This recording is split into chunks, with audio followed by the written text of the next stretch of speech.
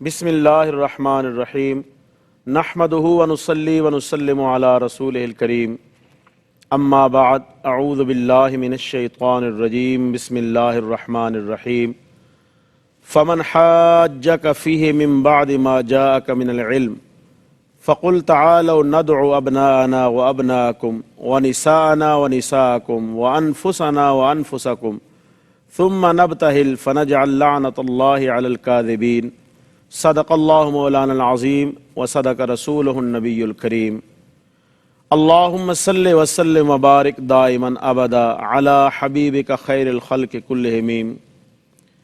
الحمدللہ، آج ہم جس عظیم موضوع پر درس قرآن دے رہے ہیں وہ ہے شان سیدنا امام حسین رضی اللہ تعالی عنہ۔ قرآن پاک کے تیسرے پارے کی آیت میں نے آپ کے سامنے تلاوت کی ہے۔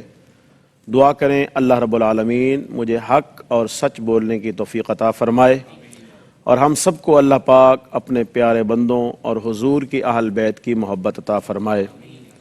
حضرت سیدنا امام حسین رضی اللہ تعالی عنہ اہل بیت کے عظیم ترین فرد ہیں۔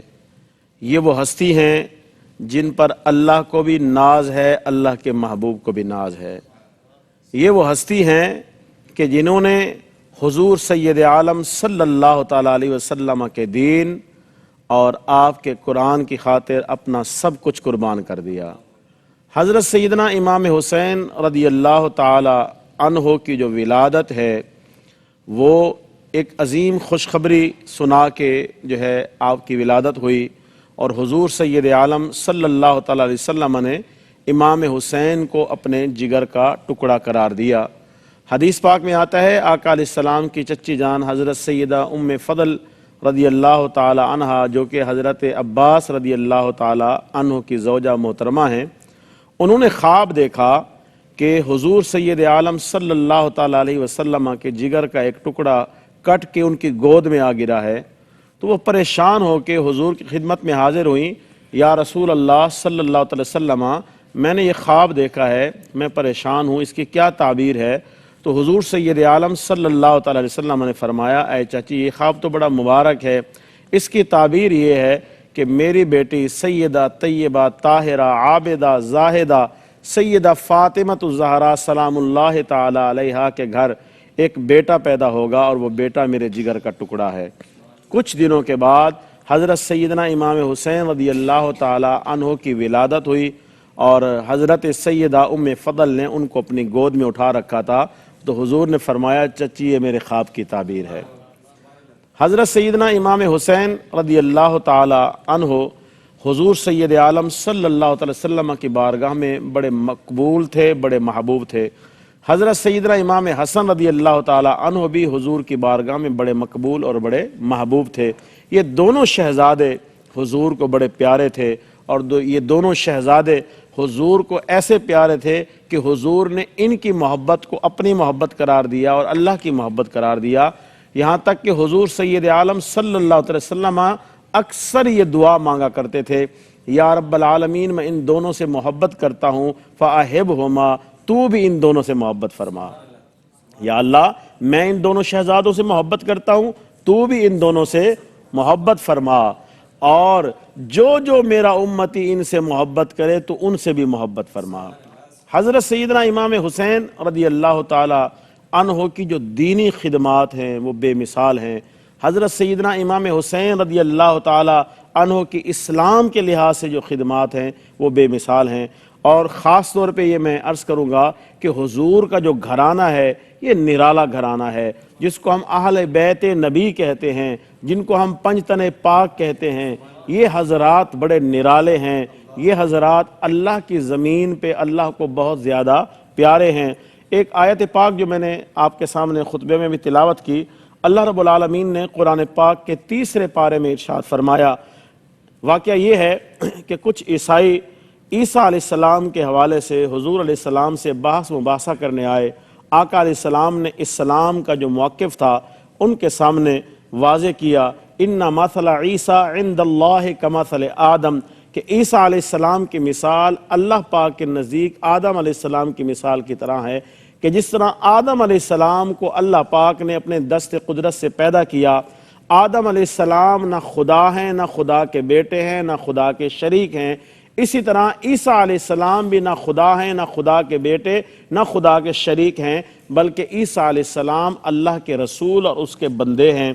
اسی بات کے بیان کے بعد جب عیسائی جو ہے بحث مباحثہ سے باز نہ آئے اور مختلف طرح سے اعتراضات کرنے لگے، تو اللہ پاک نے حضور سے یہ فرمایا فَمَنْ حَاجَّكَ فِيهِ مِن بَعْدِ مَا جَاءَكَ مِنَ الْعِلْمِ، کہ اے محبوب بس وہ شخص جو عیسیٰ علیہ السلام کے بارے میں علم آنے کے بعد بھی جھگڑا کرے، بحث مباحثہ کرے عیسیٰ علیہ السلام کے بارے میں علم آنے کے بعد بھی، تو پھر یہ ہے فَقُلْ تَعَالَوْا، پھر انہیں کہو کہ آؤ نَدْعُ ابناءنا و ابناءکم، آؤ پھر ہم اپنے بیٹوں کو بلاتے ہیں، تم اپنے بیٹوں کو بلاؤ، وَنِسَاءَنَا وَنِسَاءَکُمْ، ہم اپنی عورتوں کو بلاتے ہیں، تم اپنی عورتوں کو بلاؤ، وَأَنفُسَنَا وَأَنفُسَکُمْ، ہم خود آتے ہیں اور تم بھی آؤ، ثُمَّ نَبْتَهِلْ، پھر ہم مل کے مباہلہ کرتے ہیں، فَنَجْعَلْ لَعْنَةَ اللَّهِ عَلَى الْكَاذِبِينَ، پھر ہم جھوٹوں پر اللہ کی لعنت کرتے ہیں۔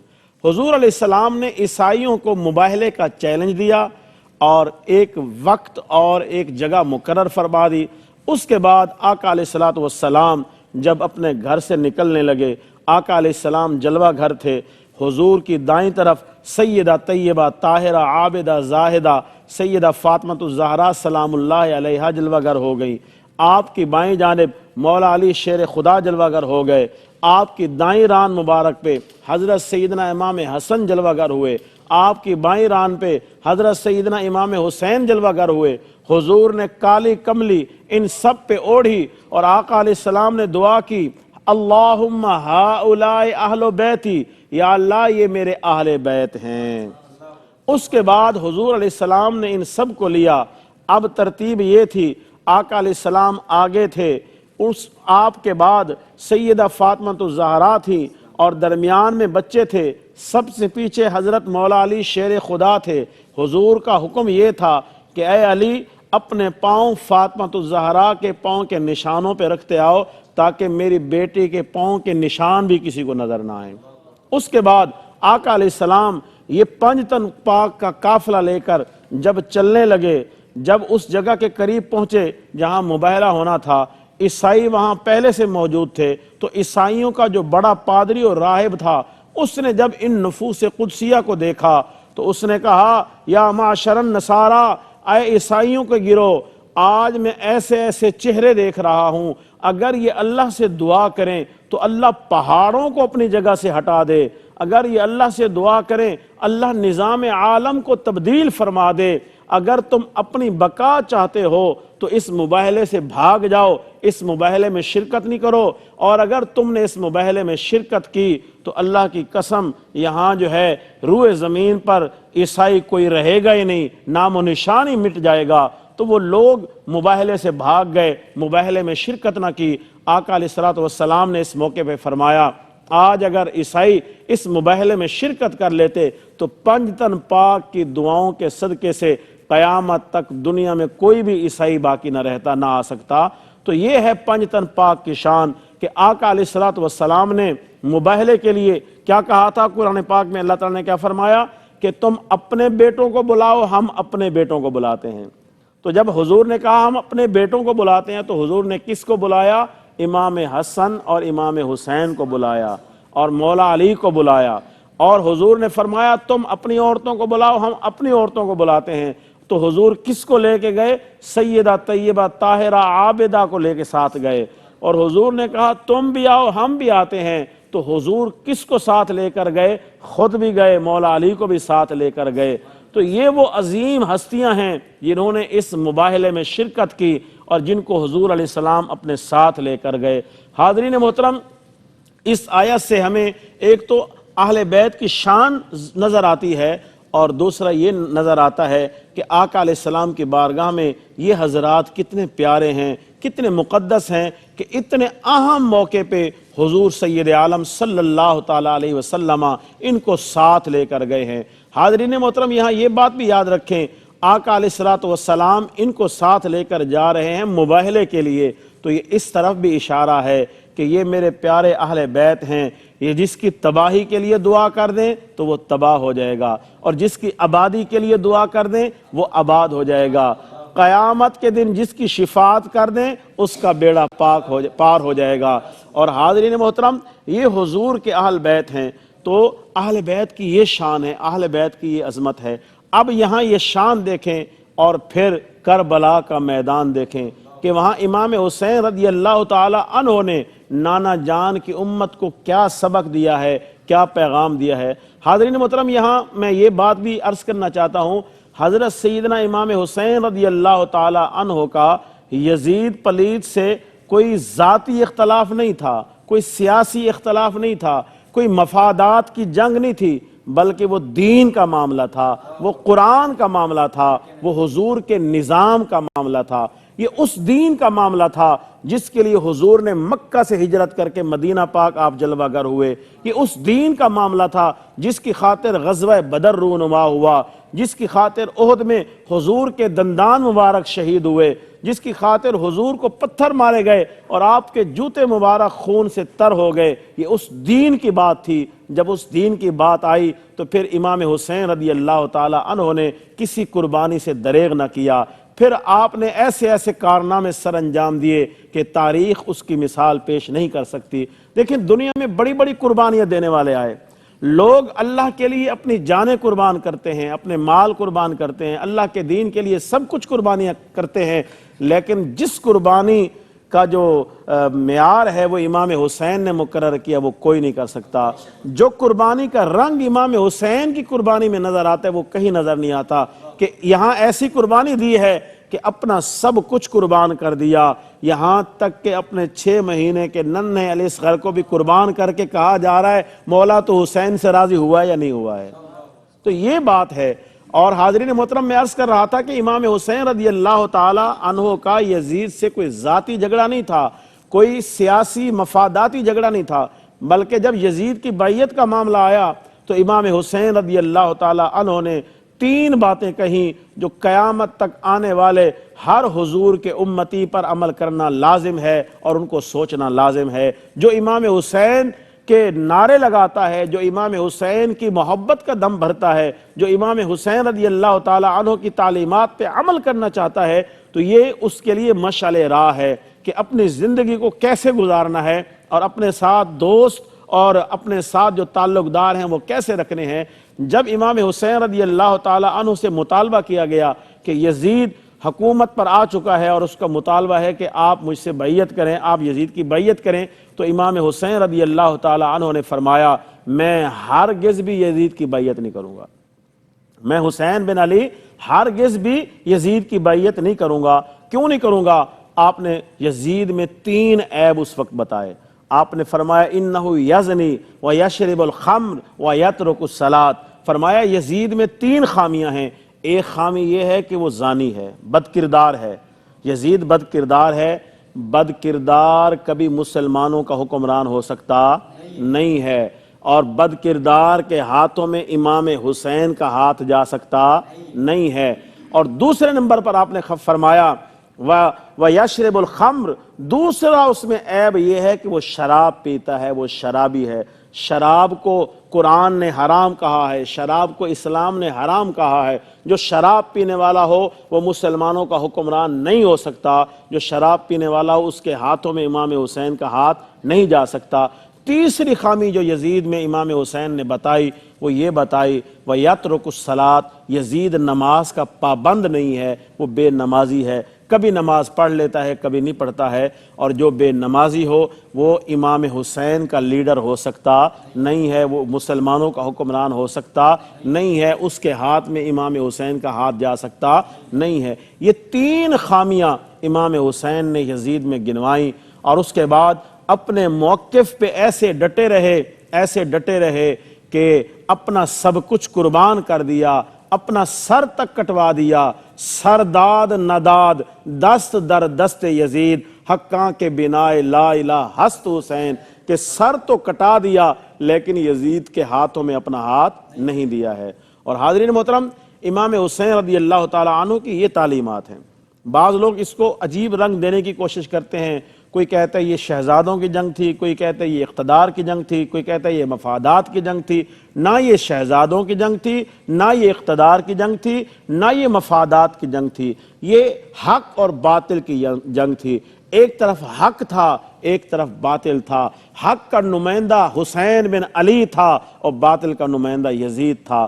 اب حق کی طرف یہ اعلان ہے کہ جو باعمل ہوگا وہی مسلمانوں کا حکمران ہوگا، اور باطل اسلام کو مٹانا چاہتا تھا۔ لیکن یاد رکھیں، قتل حسین اصل میں مرگ یزید ہے۔ اسلام زندہ ہوتا ہے ہر کربلا کے بعد، اسلام زندہ ہوتا ہے ہر کربلا کے بعد۔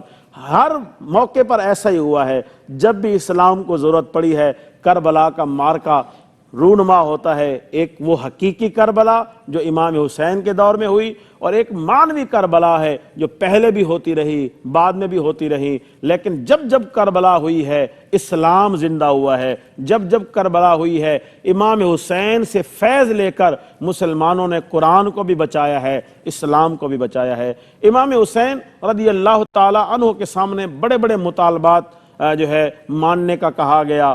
ان کو کہا گیا آپ مدینہ میں رہیں، آپ اللہ اللہ کرتے رہیں، آپ کی صاحبزادگی میں، آپ کی سجادگی میں کوئی فرق نہیں آئے گا، لوگ آپ کو نذرانے دیتے رہیں گے، آپ مسجد میں بیٹھیں، آپ کا سیاست سے کیا تعلق ہے۔ امام حسین رضی اللہ تعالی عنہ نے یہ درس دیا کہ دین اور سیاست ایک ہی چیز ہیں، یہ الگ الگ نہیں ہیں، یہ کٹھے ہی رہیں گی۔ امام حسین رضی اللہ تعالی عنہ نے دین کی خاطر، آج دیکھیں ہر مسلمان کی یہ خواہش ہے، آپ کی بھی یہ تمنا ہے، میری بھی یہ خواہش ہے، ہر مسلمان کی یہ تمنا اور آرزو ہے کہ ہمارا جینا مرنا مدینے میں ہو جائے۔ ہر مسلمان کی یہ خواہش ہے کہ اسے مدینہ پاک میں نماز پڑھنا نصیب ہو جائے، صبح شام مدینے میں گزارنا نصیب ہو جائے۔ دیکھیں مدینہ پاک کی سرزمین وہ سرزمین ہے جہاں میرے آقا کی خوشبوئیں آتی ہیں۔ مدینہ پاک کی سرزمین وہ سرزمین ہے کہ مسجد نبوی میں آپ ایک نماز پڑھیں تو 50,000 نماز کا ثواب ملتا ہے۔ آپ جو ہے قباء میں نماز پڑھیں تو آپ کو عمرے کا ثواب ملتا ہے۔ ہر جگہ وہاں فضیلت والی ہے، لیکن دین کی خاطر، قرآن کی خاطر جہاں ساری امت مدینے جانا چاہتی ہے، امام حسین نے دین کی خاطر مدینہ چھوڑا ہے۔ دین کی خاطر آپ نے مدینہ چھوڑا ہے، دین کی خاطر آپ نے مسجد نبوی چھوڑی ہے، دین کی خاطر آپ نے حضور کا روضہ چھوڑا ہے، امی جان کی مزار مبارک چھوڑی ہے، بھائی جان بھی وہاں دفن تھے، باقی خاندان وہاں ہے، صحابہ کرام وہاں ہیں، لیکن امام حسین رضی اللہ تعالی عنہ جو ہے مدینہ پاک کو چھوڑ کر اب کہیں اور جا رہے ہیں، اب کہیں اور جا رہے ہیں۔ مقصد کیا ہے جانے کا؟ مقصد ہے دین بچانا۔ حالانکہ اس موقع پر امام حسین رضی اللہ تعالی عنہ چاہتے تو صحابہ کرام کو اپنے ساتھ ملا کر جو ہے بہت بڑا لشکر تیار کر کے جا سکتے تھے، لیکن امام حسین کا مقصد اور تھا۔ آپ کو وہاں سے لوگ بلا رہے تھے کسی اور مقصد کے لیے۔ آپ کو یہ بتایا گیا آپ آئیں گے، ہم آپ کے ساتھ ہیں، ہم مل کے دین بچائیں گے، اس لیے آپ مدینہ سے صحابہ کو ساتھ لے کر نہیں گئے، صرف اپنے اہل بیت کو ساتھ لے کر گئے۔ یاد رکھیں صحابہ کرام اپنا تن من دھن ان شہزادوں پہ قربان کرتے تھے۔ جو صحابہ ان کی عزت کرتے تھے، جو صحابہ ان سے پیار کرتے تھے، اس کی مثال نہیں ملتی ہے۔ حضرت سیدنا عمر فاروق رضی اللہ تعالیٰ عنہ کے دور خلافت میں جب ایک مقام سے مال غنیمت آیا، آپ جو ہے ایک دسترخوان لگایا گیا، اس پر مال غنیمت رکھا گیا، سب لوگوں کو بلایا گیا۔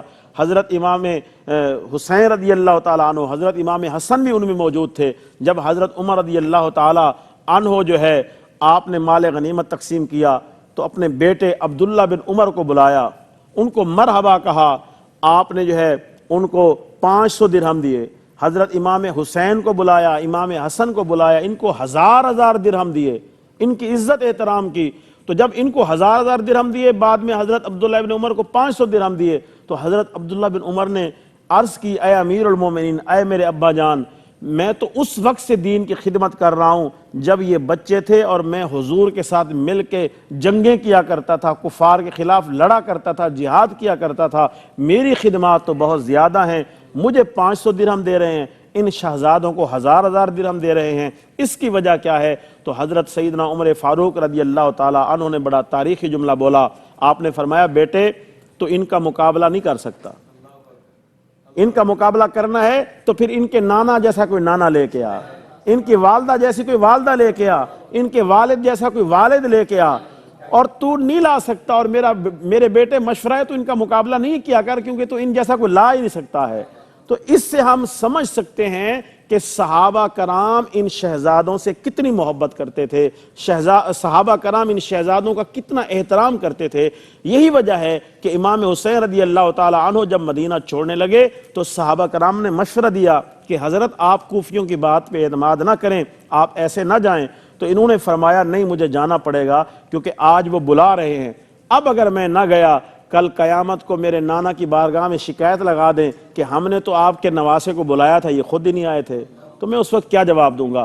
حضرت امام حسین رضی اللہ تعالی عنہ وہاں سے چلے، مدینہ سے چلے، مکہ پاک میں آئے، اور پھر مکہ پاک میں آپ نے کچھ وقت گزارا، اور حج کے مہینے میں جب پوری دنیا کے مسلمان حج کی طرف آ رہے تھے، اب امام حسین رضی اللہ تعالی عنہ کے لیے حالات ایسے پیدا ہو چکے تھے کہ انہی دنوں آپ مکہ چھوڑ کے کربلا کے مسافر بن رہے تھے، آپ کربلا کی طرف جا رہے تھے۔ تو آپ جو ہے مکہ سے بھی آپ نے جو ہے لوگوں نے مشورہ دیا کہ آپ ایسے نہ جائیں، لیکن وہاں سے بھی آپ نے صرف اپنے اہل خانہ کو ساتھ لیا اور چند خادمین کو ساتھ لیا، آپ کربلا کی طرف آئے۔ تو یاد رکھیں، ہمارے لیے سبق یہ ہے، ہمارے لیے اس میں میسج یہ ہے کہ اسلام کی خاطر، قرآن کی خاطر، حضور کے دین کی خاطر جو چھوڑنا پڑے چھوڑ دیں۔ امام حسین نے مدینہ پاک کو چھوڑا، امام حسین نے مکہ پاک کو چھوڑا دین کی خاطر، اور پھر جب آپ کربلا میں آئے تو کس کی خاطر آئے؟ دین کی خاطر آئے۔ کربلا کا سارا معرکہ اگر ہم دیکھیں تو آپ کو جگہ جگہ پہ امام حسین اور ان کے قافلے کی طرف سے دین کی پیروی نظر آئے گی، دین کی جو ہے تابعداری نظر آئے گی، یہاں تک کہ کربلا کا آخری جو دن ہے اس میں ہم دیکھتے ہیں کہ اہل بیت کے بڑے بڑے شہزادگان جو ہے شہید ہو چکے۔ امام حسین اپنے کندھوں پہ کبھی بھائیوں کے لاشیں لا رہے ہیں، کبھی بھتیجوں کے لاشیں لا رہے ہیں، کبھی جوان بیٹے کے لاشیں لا رہے ہیں، کبھی اپنے ہاتھوں پہ ننھی علی اصغر کو شہید کروا رہے ہیں۔ اتنا کچھ ہونے کے باوجود اب جب آپ خود جو ہے میدان جنگ میں ہیں، جسم پہ تیروں کے بھی زخم ہیں، نیزوں کے بھی زخم ہیں، ہر طرف دشمن ہی دشمن ہیں، ہر طرف جو ہے دیکھتے ہیں اپنا کوئی نظر ہی نہیں آ رہا ہے، اتنے میں جب نماز عصر کا وقت ہوا، امام حسین نے کوئی تکیہ نہیں کیا ہے، امام حسین نے یہ نہیں سوچا ہے کہ بعد میں قضا ہو جائے گی، نہیں، آپ نے جب دیکھا نماز عصر کا وقت ہے تو آپ نے ان لوگوں کو کہا کہ تمہیں تو پتہ نہیں نماز پڑھنے کی فرصت نہ ہو، دنیا کی محبت اور مال و متاع کی محبت میں تم اندھے ہو چکے ہو، لیکن میں نانا جان کا جو ہے میں ان کا نواسا ہوں اور میں ان کے دین کا پہرے دار ہوں، لہٰذا میں نے تو نماز پڑھنی ہے۔ امام حسین رضی اللہ تعالی عنہ نے ایسے حالت میں بھی نماز ادا فرمائی ہے، ایسی حال میں بھی امام حسین نے نماز ادا فرمائی ہے۔ تو اس سے ہم سمجھ سکتے ہیں کہ رسول اللہ کا جو گھرانہ ہے وہ تقوی کے لحاظ سے کتنا عظیم گھرانہ ہے۔ آج نعوذ باللہ لوگ باتیں کرتے ہیں، دیکھیں جو ہستی اس موقع پر بھی نماز نہیں چھوڑ رہی ہے وہ دین کی کتنی وفادار ہے، وہ اسلام کی کتنی وفادار ہے۔ اس لیے حضور سید عالم صلی اللہ تعالی علیہ وسلم نے ارشاد فرمایا تھا، اے لوگو انا تارک فیکم الثقلین، اے لوگو میں تمہارے درمیان دو عظیم چیزیں چھوڑ کے جا رہا ہوں، میں تو دنیا سے جا رہا ہوں لیکن یہ یاد رکھنا تمہارے پاس دو عظیم چیزیں چھوڑ کے جا رہا ہوں، ان میں سے ایک اللہ کی کتاب ہے اور دوسری فرمایا میری اہل بیت ہے۔ اللہ کی کتاب، میری اہل بیت، فرمایا ان دو عظیم چیزوں کا دامن تھام کے رکھو گے تو کبھی گمراہ نہیں ہوگے، گمراہی تمہارے قریب نہیں آئے گی، یہ میں تمہارے درمیان دو عظیم چیزیں چھوڑ کے جا رہا ہوں۔ حاضرین محترم، امام حسین رضی اللہ تعالی عنہ قرآن پاک کی عملی طور پہ آپ تفسیر کر کے دکھا رہے ہیں۔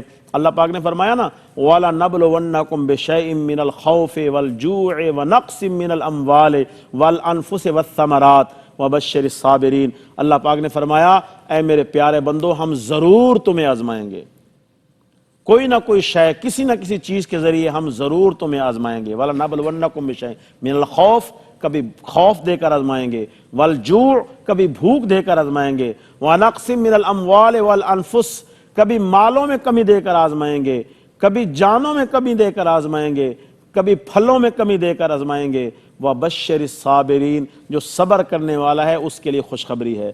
قرآن پاک کی یہ آیت آپ پڑھیں، اس کا ترجمہ سامنے رکھیں اور امام حسین کی سیرت سامنے رکھیں تو آپ کو جو ہے امام حسین کا کردار آیت کی، قرآن پاک کی اس آیت کی یہ عملی تفسیر نظر آئے گی کہ کربلا کے موقع پر امام حسین رضی اللہ تعالیٰ عنہ سے یہ آزمائشیں لی گئیں، کبھی خوف دے کے آزمایا گیا، کبھی بھوک اور پیاس دے کے آزمایا گیا، وَنَقْصٍ مِّنَ الْأَمْوَالِ وَالْأَنفُسِ وَالثَّمَرَاتِ، مالوں میں کمی، جانوں میں کمی، بچوں میں کمی دے کر آزمایا گیا۔ اور امام حسین جب صابر رہا، امام حسین جب شاکر رہا، سب کچھ قربان کر کے بھی یہی عرض کر رہا ہے کہ مولا تو حسین سے راضی ہوا ہے یا نہیں ہوا ہے؟ تو اللہ پاک نے کیا فرمایا؟ وَبَشِّرِ الصَّابِرِينَ، جو صبر کرنے والے ہیں انہیں بشارت دے دو، انہیں خوشخبری دے دو۔ وہ صبر کرنے والے ہیں کون؟ فرمایا الذین اذا اصابتہم مصیبہ، کہ جب بھی انہیں کوئی مصیبت پہنچتی ہے قالوا انا للہ و انا الیہ راجعون، تو وہ کہتے ہیں کہ ہم تو اللہ کے لیے ہیں اور ہم نے اسی کی طرف لوٹ کے جانا ہے۔ حاضرین محترم، آج اگر تھوڑا سا مسئلہ ہو جائے، کسی کے گھر میں خدا نخواستہ کوئی مسئلہ ہو جائے، کسی کے جسمانی صحت کے لحاظ سے کوئی مسئلہ ہو جائے تو طبیعت میں بے قراری آ جاتی ہے، وہ معمولات سارے درہم برہم ہو جاتے ہیں۔ وہ جو پہلی صف میں آ کے نماز پڑھا کرتا تھا آج پہلی صف میں نظر نہیں آئے گا، کیا ہو گیا جی؟ فلانا مسئلہ ہو گیا، فلانا مسئلہ ہو گیا۔ اور اگر خدا نخواستہ گھر میں کوئی فوتگی ہو گئی ہے، ایک بندہ پہلی صف میں بیٹھ کے نماز پڑھتا ہے تو آج بھی اگر پہلی صف میں آ کے بیٹھا ہوگا تو آپ کہیں گے یار بڑا صبر کرنے والا ہے، یہ بڑا عظیم آدمی ہے کہ اس موقع پر بھی ماشاءاللہ پہلی صف میں آ کے بیٹھا ہے۔ اور ماشاءاللہ یہاں تو سہارا دینے والے بھی ہوتے ہیں، یہاں تو دکھ درد غم بانٹنے والے بھی ہوتے ہیں۔ کربلا کا وہ منظر دیکھیں کہ امام حسین رضی اللہ تعالیٰ عنہ تن تنہا ہیں، سارے پیارے شہید ہو گئے ہیں، اب خیموں میں صرف پیارے امام زین العابدین بچے ہیں جو ابھی سخت ترین بیمار ہیں۔ ایسے موقع پر بھی جب نماز عصر کا وقت ہوا، میرے امام نے نماز کو قضا نہیں کیا ہے، نماز کو ادا کیا ہے۔ یہ اس طرف اشارہ ہے کہ جو بھی ہو جائے، جو بھی ہو جائے، نماز نہیں چھوڑنی ہے، اور جو بھی ہو جائے شرابی، بے نمازی اور بد کردار کی اتباع نہیں کرنی ہے۔ اتباع اس کی کرنی ہے جو رسول کے کردار کے مطابق ہوگا، جو رسول اللہ صلی اللہ تعالیٰ علیہ وسلم کی شریعت کے مطابق ہوگا۔ امام حسین رضی اللہ تعالیٰ عنہ نے کربلا میں حضور کی امت کے لیے کئی سبق چھوڑے ہیں۔ امام حسین رضی اللہ تعالیٰ عنہ نے ہمیں یہ سبق دیا ہے۔ آج لوگ مفادات کی خاطر پتہ نہیں کیا کچھ چھوڑ دیتے ہیں، مفادات کی خاطر پتہ نہیں کیا کچھ قربان کر دیتے ہیں، لیکن امام حسین رضی اللہ تعالیٰ عنہ نے کوئی دنیاوی مفاد نہیں اٹھایا ہے، امام حسین نے کوئی دنیاوی عہدہ نہیں لیا ہے۔ امام حسین رضی اللہ تعالیٰ عنہ نے کوئی جو ہے گورنری قبول نہیں کی ہے، کوئی جو ہے معاہدہ نہیں کیا ہے۔ آپ نے اپنی جان دینا تو گوارا کر لیا لیکن نانے کے دین کو نقصان نہیں آنے دیا۔ آپ یہ جانتے تھے، آپ اپنی بصیرت سے یہ دیکھ رہے تھے کہ بظاہر تو یہ ہے کہ میں اپنے ساتھیوں سمیت شہید ہو جاؤں گا، لیکن میری شہادت سے امت کو ایک حرارت ملے گی، میری شہادت سے امت کو ایک فیض ملے گا، اور اس فیض کی برکت سے یہ قرآن اور یہ دین قیامت تک چلتا رہے گا، اور حضور کی یہ جو نماز ہے، یہ جو اللہ کی عبادت ہے، یہ قیامت تک چلتی رہے گی۔ امام حسین رضی اللہ تعالیٰ عنہ نے اسی لیے قربانیاں دی۔ اور میں عرض کر رہا تھا کہ دیکھیں حضور نے کیا فرمایا تھا؟ حضور نے فرمایا کہ میں تمہارے لیے دو عظیم چیزیں چھوڑ کے جا رہا ہوں، ایک اللہ کی کتاب اور دوسری میری اہل بیت، اور فرمایا یہ دونوں کٹھی رہیں گی یہاں تک کہ حوض کوثر پہ میرے پاس آ جائیں گی۔ اچھا، اس کی عملی تفسیر بھی، اس حدیث کی عملی تشریح بھی امام حسین نے کربلا میں دکھائی ہے کہ دیکھیں امام حسین رضی اللہ تعالی عنہ کربلا میں شہید ہو گئے، آپ کا سر مبارک جسم سے الگ کر دیا گیا، لیکن سبق کیا دیا کہ جب سر جسم سے الگ ہو گیا، لوگوں نے آپس میں مشورہ کیا کہ امام حسین کی شہادت اتنا بڑا واقعہ ہے، اتنا بڑا سانحہ ہے کہ اس پر لوگ یقین نہیں کریں گے۔ تو آپس میں مشاورت ہوئی کہ یقین دلانے کے لیے کیا کیا جائے؟ امام حسین کے سر مبارک کو نیزے پہ چڑھا دیا جائے۔ اب سر مبارک نیزے پہ چڑھا دیا گیا، اب لوگ یہ سوچ رہے تھے سر جسم سے الگ ہو گیا، اب ہم کامیاب ہو گئے، ہم نے حضور کی آل اور قرآن کو الگ کر دیا، کیونکہ جب سر جسم سے الگ ہو گیا تو اب باقی کیا بچا؟ لیکن سر حسین نے ہزاروں لوگوں نے دیکھا، معتبر تاریخ کی کتابوں میں یہ بات موجود ہے کہ امام حسین رضی اللہ تعالی عنہ کے سر مبارک نے قرآن پاک کی تلاوت کی، سر نے قرآن پاک کی تلاوت کی۔ تو ہمیں یہ سبق دیا کہ جو بھی ہو جائے قرآن سے الگ نہیں ہونا، قرآن سے اپنا تعلق مضبوط رکھنا ہے، قرآن سے اپنا تعلق نبھا کے رکھنا ہے۔ قرآن پاک کے ساتھ تعلق دنیا اور آخرت کی کامیابی ہے۔ اور یاد رکھیں امام حسین رضی اللہ تعالی عنہ نے اس واقعے کے ذریعے اپنے نانا کی امت کو یہ سبق دیا ہے کہ قرآن کے ساتھ وفادار رہنا ہے، قرآن کے ساتھ نبھا کے رکھنا ہے۔ حاضرین محترم، اللہ رب العالمین نے قرآن پاک کے مختلف مقامات پہ حضور کی اہل بیت کی عظمت کو بیان کیا، حضور کی اہل بیت کی اہمیت اور آپ کی شان کو بیان کیا۔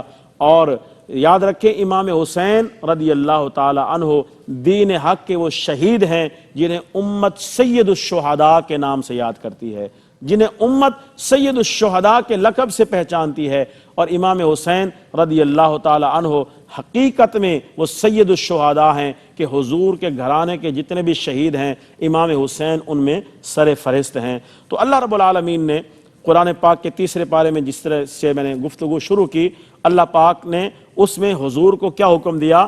اللہ پاک نے حضور کو یہ حکم دیا کہ محبوب ان کو کہو آؤ، تم بھی آؤ ہم بھی آتے ہیں، تم بھی اپنی عورتوں کو بلاؤ ہم بھی بلاتے ہیں، تم بھی اپنے بیٹوں کو بلاؤ ہم بھی بیٹوں کو بلاتے ہیں۔ تو بات یہ ہو رہی تھی کہ امام حسن اور امام حسین یہ بظاہر تو یہ مولا علی شیر خدا سیدہ فاطمہ الزہرا کے بیٹے ہیں، لیکن حضور نے انہیں اپنا بیٹا قرار دیا ہے، حضور نے اپنا بیٹا قرار دیا ہے۔ بلکہ یہاں تک کہ حضور نے اتنا فرمایا الحسین منی و انا من الحسین، فرمایا لوگو حسین مجھ سے ہے میں حسین سے ہوں، حسین مجھ سے ہے میں حسین سے ہوں۔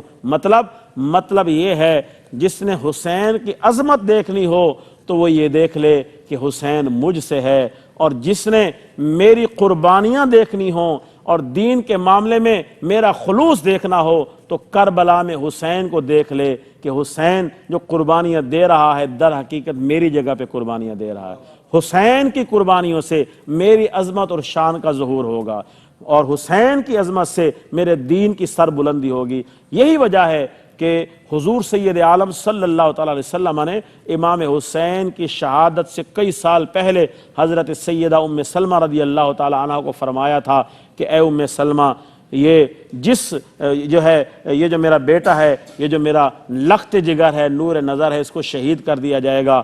اور حضرت بی بی سلمہ نے عرض کی یا رسول اللہ اس کی کوئی نشانی؟ تو آپ نے ایک شیشی میں ایک مٹی دی، فرمایا اے سلمہ جس دن یہ مٹی خون بن جائے گی، کیونکہ یہ میں کربلا کی مٹی لایا ہوں تمہارے پاس، جس دن یہ مٹی خون بن جائے گی نا سمجھ لینا میرا بیٹا شہید ہو چکا ہے۔ تو حضرت بی بی سلمہ کربلا والے موقع پر حیات تھیں، اور وہ فرماتی ہیں کہ اس دن وہ مٹی کیا بن گئی تھی؟ خون بن گئی تھی۔ تو یاد رکھیں امام حسین رضی اللہ تعالی عنہ اللہ کی بارگاہ میں بڑے مقبول ہیں، اہل بیت میں اللہ نے آپ کو بڑا عظمت اور بڑی شان عطا فرمائی ہے۔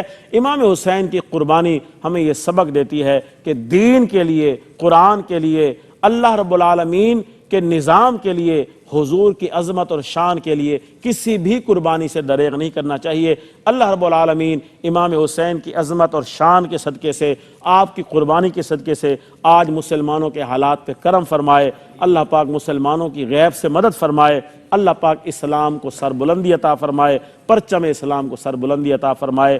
آمین ثم آمین وما علیہ الا البلاغ المبین۔ السلام علیکم ورحمۃ اللہ وبرکاتہ۔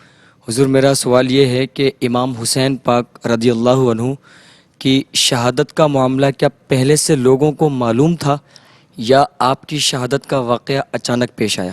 اس متعلق آپ کچھ جی ماشاءاللہ بڑا اچھا سوال ہے۔ دیکھیں امام حسین رضی اللہ تعالیٰ عنہ کی شہادت آپ کے شہید ہونے سے پہلے ہی لوگوں میں مشہور تھی، یہاں تک کہ جب امام حسین کی ولادت ہوئی نا، حضور کو خبر دی گئی، حضور وہاں تشریف لائے تو آپ نے امام حسین کو اٹھایا، گلے سے لگایا، کبھی آپ پیشانی چومتے تھے، کبھی گردن چومتے تھے، اور آپ کی آنکھوں سے آنسو آ گئے۔